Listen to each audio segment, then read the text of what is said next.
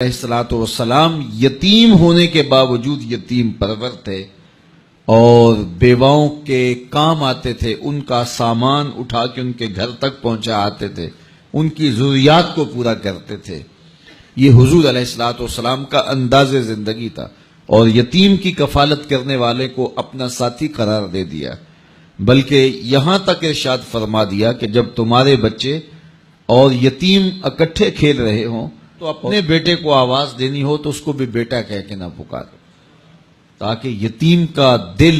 दुखी ना हो जाए, आज मेरा बाप होता तो मुझे भी बेटा कह के पुकारो।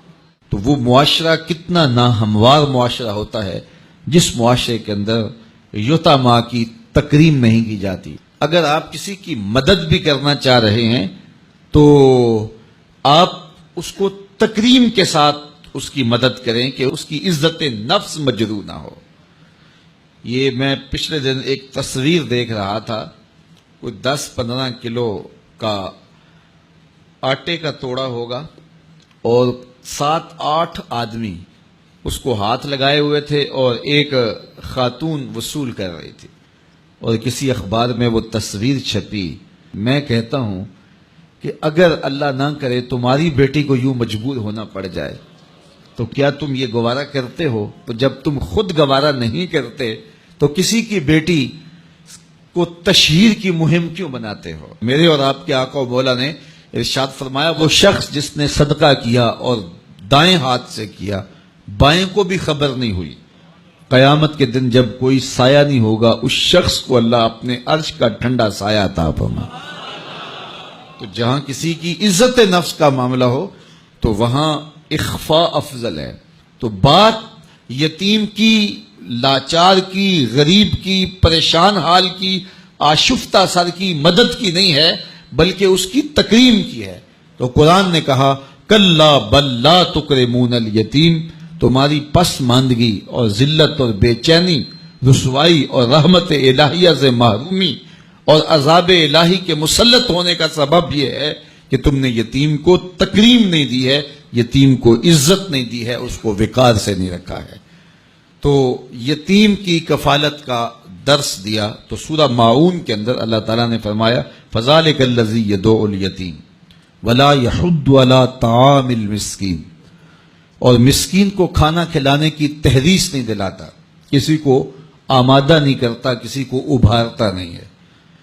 इसमें दो चीजें बयान हुई हैं। एक तो यह है कि यतीम को खाना खिलाना, मिस्कीन को खाना खिलाना, लाचार को खाना खिलाना अगर तौफीक हो तो अज खुद पेश करे,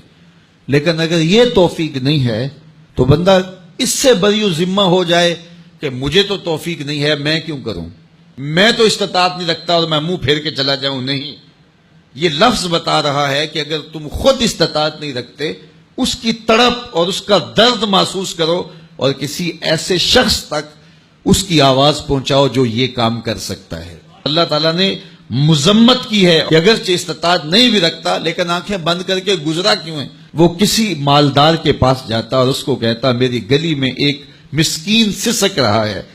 एक बेवा की बच्चियां जवान हैं और हाथ पीले करने के लिए उसके पास कुछ मुयस्सर नहीं है, एक मकरूज कर्ज तले दबा हुआ है, अस्पताल के अंदर एक शख्स तड़प रहा है, दवाई के पैसे नहीं है, तो वो खुद उसका सफीर बन जाता और लोगों के पास जाता और जाके तहरीश दिलाता, वला यहुद्दु अला तामिल मिस्कीन, तकजीब आखरत करने वालों में से जो है वो उस शख्स के रवैये को भी गिना गया, शुमार किया गया जो लोगों को तरगीब नहीं दिलाता, और जो लोगों को तवज्जो दिलाता है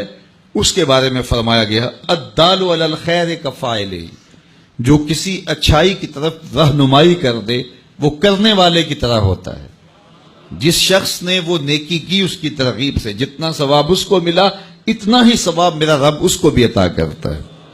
तो किसी दुखी, किसी लाचार, किसी मजबूर की मदद और उसकी नुसरत और उसकी इयानत के लिए किसी को तरगीब दिला देना, ये इंसानियत होती है। और बस अपने आप को इससे मुतमईन कर लेना कि मैं इस पोजीशन में नहीं हूं और गुजर जाना, तो मुआशरे के फिर दुख कौन बांटेगा। इसलिए पूरा मुआशरा एक दूसरे के दर्द और दुख बांटने के लिए जब बाहम खड़ा होगा तो मुआशरे के दर्द और मुआशरे के दुख खत्म हो जाएंगे।